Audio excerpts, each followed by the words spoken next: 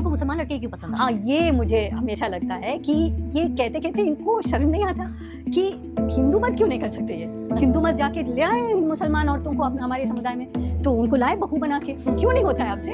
तो ये कहने में उनको शर्म नहीं महसूस होती कि हमसे नहीं होता, वो करते हैं, वो हमारी लड़कियों को छीनते हैं, हमसे नहीं होता, तो शर्म नहीं आती उनको ये कहने में। मुझे हमेशा लगता है कि लव जिहाद वाला मामला ना एक बेबसी का प्रकट करना है, अपनी बेबसी प्रकट कर रहे हैं ये हिंदू मर्द कि हमसे नहीं होता है, और ये इतने मतलब होंगे इतने ही, फिर मुसलमान मर्द होंगे इतने ही डिजायर, बहुत ही अट्रैक्टिव होते हैं, बहुत ही अट्रैक्टिव होंगे, क्या कहते हैं।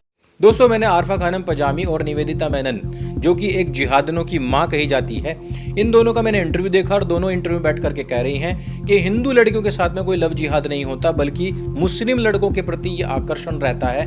हिंदू लड़कियां स्वतः ही आकर्षित होकर के मुसलमानों की तरफ चली जाती हैं। इस वीडियो में काफी सारी बातें हुई हैं, लेकिन इसमें जिस प्रकार से लव जिहाद को डिनाई कर दिया गया, प्रति वर्ष पूरे विश्व की समस्या बन चुके लव जिहाद और ग्रूमिंग जिहाद के अंतर्गत, उसके तहत या उसकी भेंट चढ़ने वाली लड़कियों की लाशों पर जिस प्रकार से दोनों हंस रही हैं, इसके ऊपर चर्चा करना विशेष हो जाता है और इसकी विवेचना करना महत्वपूर्ण हो जाता है, क्योंकि यह एक वैश्विक समस्या होने के साथ साथ एक सभ्य समाज के लिए बड़ा ही खतरा है। वामपंथी और इस्लामी अपने अपने देशों में एक दूसरे को फूटी आंख नहीं सुहाते। मुसलमानों के देश में देखते ही वामपंथियों को गोली मार दी जाती है और वामपंथियों के देशों में मुसलमानों को बर्दाश्त नहीं किया जाता। इसके प्रमुख उदाहरण वो 56 देश हैं जहां पर वामपंथ नहीं है, और इसका दूसरा उदाहरण आपको सारे के सारे कम्युनिस्ट कंट्रीज मिल जाएंगे जहां पर इस्लामिकों को सुअर की मौत मारा जाता है, जहां पर इनकी किताबों को भी पूर्ण रूपेण परिवर्तित करके जहां जहां इनकी मस्जिदें थी उनको बुलडोज करके, उनको तोड़ करके वहां पर शौचालय, टॉयलेट्स और शराबों के बार बनाए जा चुके हैं। लेकिन ये दोनों की दोनों कम्युनिटी हिंदुस्तान के अंदर यहाँ के हिंदुओं को कंटिन्यूअसली इसी प्रकार से ब्रेन वॉश करने, डिमीन करने, उनकी संस्कृति को नष्ट करके, और यहाँ पर जो इनका नया नया आइडियोलॉजिकल बंद बना है, जिसमें कि इस्लामिस्टों ने वामपंथियों को अपना सुगर डैडी बनाया है, इस कॉकटेल के दम पर हिंदुस्तान को पूरी तरीके से इन्वेड करने के नए रास्ते बनाए जा रहे हैं। आज की जो हमारी चर्चा है वो है निवेदिता मेनन और आरफा खानम पजामी की इस पूरी की पूरी बातचीत और इसमें फैले हुए जितने झूठ हैं उनके ऊपर। इस विषय पर मैं बात करूं और आगे बढ़ूं, इससे पहले मुझे बताना जरूरी हो जाता है कि निवेदिता मेनन जेएनयू की वो वामपंथन प्रोफेसर रही है जिसने कभी के टाइम कहा था कि जम्मू कश्मीर के ऊपर भारतवर्ष ने जबरदस्ती कब्जा कर रखा है, और ये कब्जा पूरी तरीके से अवैध है। इसी से आपको इसकी मानसिकता पता लग जाएगी। आरफा खानम पजामी के विषय में आप जानते ही हैं, आज भी इसका रह रह करके पाकिस्तान के प्रति प्रेम उमड़ता ही रहता है। एक दो दिन पहले इसने कहा था कि पाकिस्तान आइडियोलॉजिकल कंट्री है, वो एक आइडियोलॉजी, इस्लामिक आइडियोलॉजी के लिए बना था, लेकिन हिंदुस्तान के लिए चाहती है कि पूरी तरीके से लोकतांत्रिक रहे, पूरी तरीके से सेक्युलर रहे। वही आरफा खानम पजामी निवेदिता के साथ में बैठ करके भारत विरोधी, और उसमें भी स्पष्ट कहूं तो हिंदू लड़कियों और महिलाओं के विरोधी प्रोपेगेंडा चला रही है। इस तरीके से आरफा खानम शेरवानी ये कह रही है कि आज भी मुसलमान लड़के आकर्षण के दम पर और अपनी आंखों में सुरमा लगाने के दम पर, या फिर अपनी अलग अलग टैक्टिक्स के माध्यम से जिस तरीके से हिंदू लड़कियों को आकर्षित कर रहे हैं। दोस्तों, ये वही मध्यकालीन सड़ी गली मानसिकता है जो ये बताती है और ये मानती है कि दूसरे की महिलाओं पर यौन वर्चस्व जमाना एक माध्यम होता है अपने समुदाय की श्रेष्ठता को स्थापित करने का और दूसरे समुदाय को जलील करने का। जिहादी इसी मानसिकता के तहत हिंदू लड़कियों को फंसाते हैं ताकि हिंदुओं को हीन भावना से ग्रसित किया जा सके कि देखो, हमने तुम हिंदुओं की लड़कियों को फंसा लिया है, ये हमारा वर्चस्व है तुम्हारे ऊपर और ये कमी है तुम्हारी। यानी कि जो मध्यकालीन इस्लामिक इन्वेडर्स के टाइम पर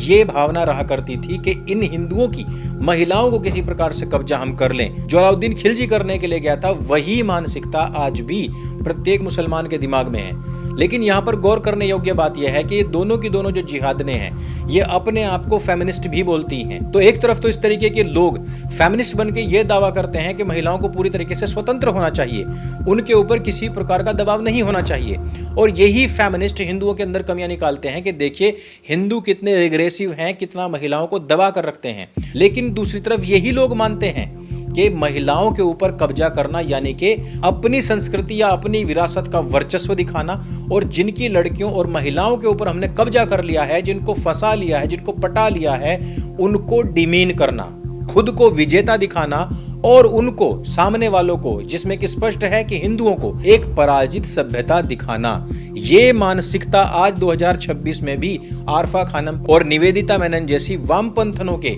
दिमाग में अभी भी ये कीड़ा चल रहा है। वैसे तो मुसलमानों और वामपंथियों को दोगला कहना भी दोगलापंथी का ही अपमान है, क्योंकि जहां पर वामपंथी और मुसलमान कह दिया वहां पर दोगलापन अलग से शब्द प्रयोग करने की आवश्यकता नहीं पड़ती। इससे भी बड़ी विवेचना इस बात पर करनी पड़ेगी कि क्या वाकई में मुसलमान सुंदर या खूबसूरत या आकर्षित करने वाले होते हैं। दोस्तों, ये पूरा का पूरा नैरेटिव असल में बॉलीवुड ने बनाया है, जहां पर अकबर को ऋतिक रोशन जैसे हिंदुस्तानी भारतीय, वो भी हिंदू लड़के के रूप में दिखाया जाता है कि वो बहुत सुंदर था। अगर हम मुगलों की पीढ़ियों को देखें और जहां से उनके फोटोज आने शुरू हो गए वहां से भी यदि हम देखें तो आखिरी मुगल की हालत इतनी खराब थी कि सरकारी अस्पताल में पड़े हुए सबसे गरीब और सबसे कॉर्नर्ड पेशेंट की स्थिति भी उस मुगलिया शासक से बेहतर होगी। उसके ऊपर सड़ी गली रजाइयों के लबादे पड़े हुए हैं और एक सड़ा गला सा हुक्का उसके पास में रखा हुआ है। कोई कह सकता है कि बहुत बुजुर्ग हो गया है, इस कारण से इसके इस प्रकार के फोटो आए हैं, लेकिन उसके लौंडों की यदि तुम फोटो देख लोगे तो वाकई में अगर तुम खाना खा रहे होंगे तो तुम्हारे मुंह से निवाला बाहर गिर जाएगा और हो सकता है कि तुम तुरंत ही उल्टी करने के लिए चले जाओ। ये हैं मुगलों के शहजादे, जिनको देखने के बाद में मेरे दिल के अंदर बांग्लादेश के जितने बकरी नुमा लोग हैं उनकी इज्जत, उनकी रिस्पेक्ट एक बार को दिल में बढ़ गई कि यार वो लोग ना इनसे कम बकरी नुमा लगते हैं। जिस सभ्यता के लोगों को आज तक कपड़े पहनने ना आए हों, बड़े भाई का कुर्ता और छोटे भाई का पजामा पहनते हों, जोकरों, फटीचरों या फिर कंगालों की तरह एक हथेली ऊपर उठी हुई पैंट पहनते हों, जिन लोगों को खाने पीने की तमीज ना हो, जिनकी गलियां आज तक इतनी तंग हैं किसी डंपयार्ड की पगडंडी है। सभ्यता के तौर पर जिनको आज तक इतनी अकल नहीं आई कि जानवर भी अपनी बहनों के साथ में संसर्ग करके बच्चे नहीं पैदा करते, जबकि ये लोग इतने बूरिश, इतने गंवार और इतने निर्लज्ज हैं कि अपनी बहनों के साथ में भी बच्चे पैदा कर लेते हैं। कोई ऐसी सोसाइटी नहीं है जहां पर ये लोग पहुंच जाए और वहां पर गंदगी ना हो। भारतवर्ष नहीं बल्कि पूरी दुनिया के अंदर ये रिकॉर्ड है कि अगर किसी क्षेत्र में ये लोग घर ले लें, मकान ले लें, तो वहां पर प्रॉपर्टी के दाम तुरंत गिरने लग जाते हैं। जो लोग सभ्यता के तौर पर आज तक 1400 साल पुराना अपना वही गंद ढो रहे हैं, वो लोग किस एंगल से आकर्षित करने वाले हो सकते हैं, मुझे ये बात तो आज तक समझ नहीं आई। असल में इसके पीछे इस्लामिक मानसिकता है। इस्लामिक मानसिकता क्या है, इसको समझते हैं। दोस्तों, दरअसल इस्लाम के अंदर गैर मुसलमानों की लड़कियों को माले गनीमत कहा गया है। किसी भी प्रकार से, युद्ध से, छल से, बल से या फिर किसी भी अलग विद्या से केवल उनकी लड़कियों को हासिल करना, यही इनका टारगेट रहता है। इस बात का खुलासा कई बार हो चुका है। अगर ये समस्या केवल भारतवर्ष की होती तो हम समझते कि यहाँ के कुछ एक्सट्रीम राइट विंगर्स हैं जो इस मुद्दे को उठा रहे हैं, लेकिन आज पूरी दुनिया के अंदर यह मामले चल रहे हैं कि जहाँ पर यूरोप हो, अमेरिका हो, चाहे बौद्धिस्टों के देश हो, चाहे भारतवर्ष हो, चाहे फिर इससे परे के भी देश हों, हर जगह पर जहां पर भी इस्लामिक लोग पहुंच चुके हैं वहीं पर लड़कियां तुरंत खतरे में पड़ जाती हैं। I want the world to hear what we heard during the 2 weeks of our independent rape gang inquiry hearings, an inquiry that should never have needed to happen. I sincerely urge this Parliament to listen to the testimonies from these brave survivors and to act, to finally act. Islamic concept पहले से ही रहा है कि गैर मुस्लिम लड़कियों को अपने हरम में रखकर उनको यौन दासी बनाया जाए और उनके साथ में अनवरत दुष्कर्म किए जाएं और उनसे बच्चे पैदा किए जाएं, जिसको सर्कमसेशन कहा जाता है, यानी कि खतना कहा जाता है। वो करने का अर्थ ही ये है कि जो स्किन पुरुषों को सेंसिटिविटी देती है उसी को काटकर फेंक दिया जाता है, जिसके कारण से शिश्न मुंड की ऊपरी सतहें अंदर की स्किन को प्रोटेक्ट करने के लिए ऑलरेडी सख्त हो जाती हैं। यह होने के बाद में जो इस्लामिक पुरुष होगा उसके अंदर कभी भी यौन संतुष्टि आएगी ही नहीं, तो कभी भी सेटिस्फेक्शन होगा ही नहीं। वो कंटिन्यूअसली महिलाओं के लिए भूखे नंगों की तरह डोलते रहते हैं, जिनके जीवन का उद्देश्य ही यही बन गया है। वो केवल और केवल जो इसी के विषय में सोचते हैं, वो पूरी दुनिया के अंदर अपराधों में नंबर 1 हैं, परंतु 200 करोड़ होने के बावजूद भी आज तक ना इनके नाम पर कोई नोबेल अवार्ड है, ना इनके नाम से कोई रिसर्च बाहर निकली, ना ये किसी चीज के आविष्कारक बने। इनके आविष्कार में हजारों आतंकवादी संगठन तो आते हैं, लाखों करोड़ों महिलाओं लड़कियों के साथ में दुष्कर्म करना तो आता है, चोरी डकैती जारी और हत्याएं अपहरण तो आते हैं, परंतु विज्ञान की दृष्टि से या फिर संसार को किस प्रकार से आगे बढ़ाया जाए वैसा कोई भी योगदान इनका नहीं मिलता है। कारण क्या है? इस्लामिक सोच महिलाओं और यौन को लेकर के, जिंदगी के साथ भी और मरने के बाद, जिंदगी के बाद भी, यानी कि 72 हूरों के साथ। दोस्तों दूसरा पॉइंट आता है हिंदू लड़की को फंसाना इनका एक मजहबी मकसद होता है। दरअसल इन लोगों को बचपन से ही घर में, परिवार में, मस्जिद में, मदरसे में, हर जगह पर यह प्रोत्साहन मिलता है कि किसी भी प्रकार से हिंदू लड़कियों को फंसाओ। एक हिंदू लड़की फंसाना मतलब तुम्हारा जन्नत का टिकट पक्का। झांगुर बाबा का सिंडिकेट जब सामने आया तो उसके बाद में यह बात पता लगी कि इन लोगों ने हिंदू लड़कियों की जातियों के आधार पर लाखों रुपए की एक लिस्ट बनाई हुई थी, जिससे कि हिंदू लड़कियों को फंसा कर लाओ और पैसा पाओ, ऐसी स्कीम चला करती थी। ब्राह्मण लड़की के लिए 15 से 16 लाख रुपए तय किए गए। ओबीसी लड़कियों का धर्मांतरण अगर कराया जाता है तो 10 से 12 लाख रुपए तक ऑफर दिया जाता था और SC/ST लड़की के धर्मांतरण के लिए 8 से 10 लाख रुपए रेट तय। इसके पीछे मुस्लिम लड़कों को कहानियां बताई जाती हैं मुसलमानों की, मध्यकालीन युग की, कि किस प्रकार से मुसलमानों ने दुख्तरे हिंद नीलाम 2 दिनार किया था, यानी कि हिंदुओं की लड़कियों को 2-2 दिनार में नीलाम किया था। किस प्रकार से हरम के अंदर हजारों हिंदू लड़कियों को रखा जाता था। किस प्रकार से अजमेर की दरगाह में सैकड़ों हिंदू लड़कियों के साथ में मुसलमानों ने दुष्कर्म कर लिया था।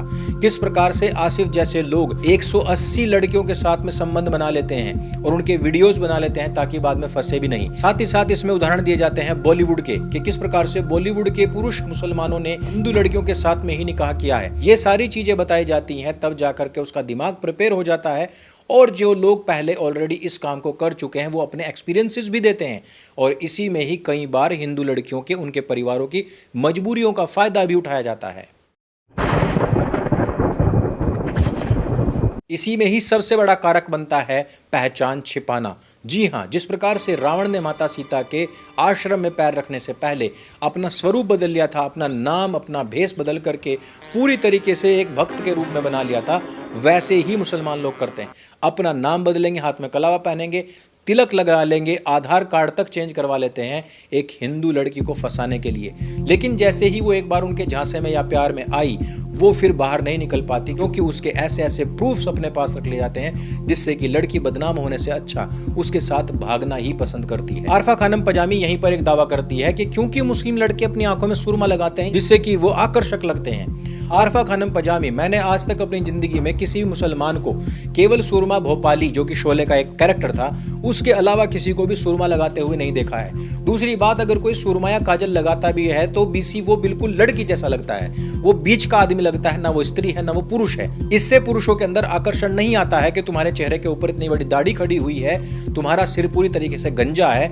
और आंखों में तुम्हारे काजल या सुरमा लगा हुआ है। मुसलमान आंखों में काजल लगाता है और देखने से बिल्कुल छक्का लगता है। लेकिन आरफा खानम शेरवानी ये क्यों नहीं बता रही है कि उनके मुंह के अंदर ठूसा हुआ पान होता है जिससे कि उनके दांत पूरी तरीके से लाल हो चुके होते हैं और उसी की पिचकारी मार मार करके अपनी दाढ़ी को पूरी तरीके से लाल कर चुके होते हैं। आरफा खानम पजामी ये नहीं बता रही है कि जैसे उनका मुंह खुलता है उसमें से केवल गाली, गंदगी, बदबू, अपराध की भाषा ही निकलती है। आरफा खानम पजामी ये भी नहीं बताती है कि ज्यादातर मुसलमान आज भी अनपढ़ हैं, गंवार है और रहने योग्य छोड़ दीजिए, खाने और पीने तक के भी उनके पास में जो उपयुक्त स्रोत होने चाहिए वो भी नहीं है। केवल आंखों में सूरमा लगा लेना ही किसी लड़की को आकर्षित करने का पैमाना नहीं बनता है। अब चौथे पॉइंट पर आते हैं। लव जिहाद शब्द का प्रयोग कोई हिंदू नहीं करने आया था। सबसे पहला प्रयोग क्रिश्चियंस ने किया था केरल के अंदर, जहां पर एक क्रिश्चियन लड़की को फंसा लिया गया था। उसके बाद हमने देखा किस प्रकार से बौद्ध लड़कियों तक को नहीं बख्शा गया इसी स्कैंडल में फंसाने से।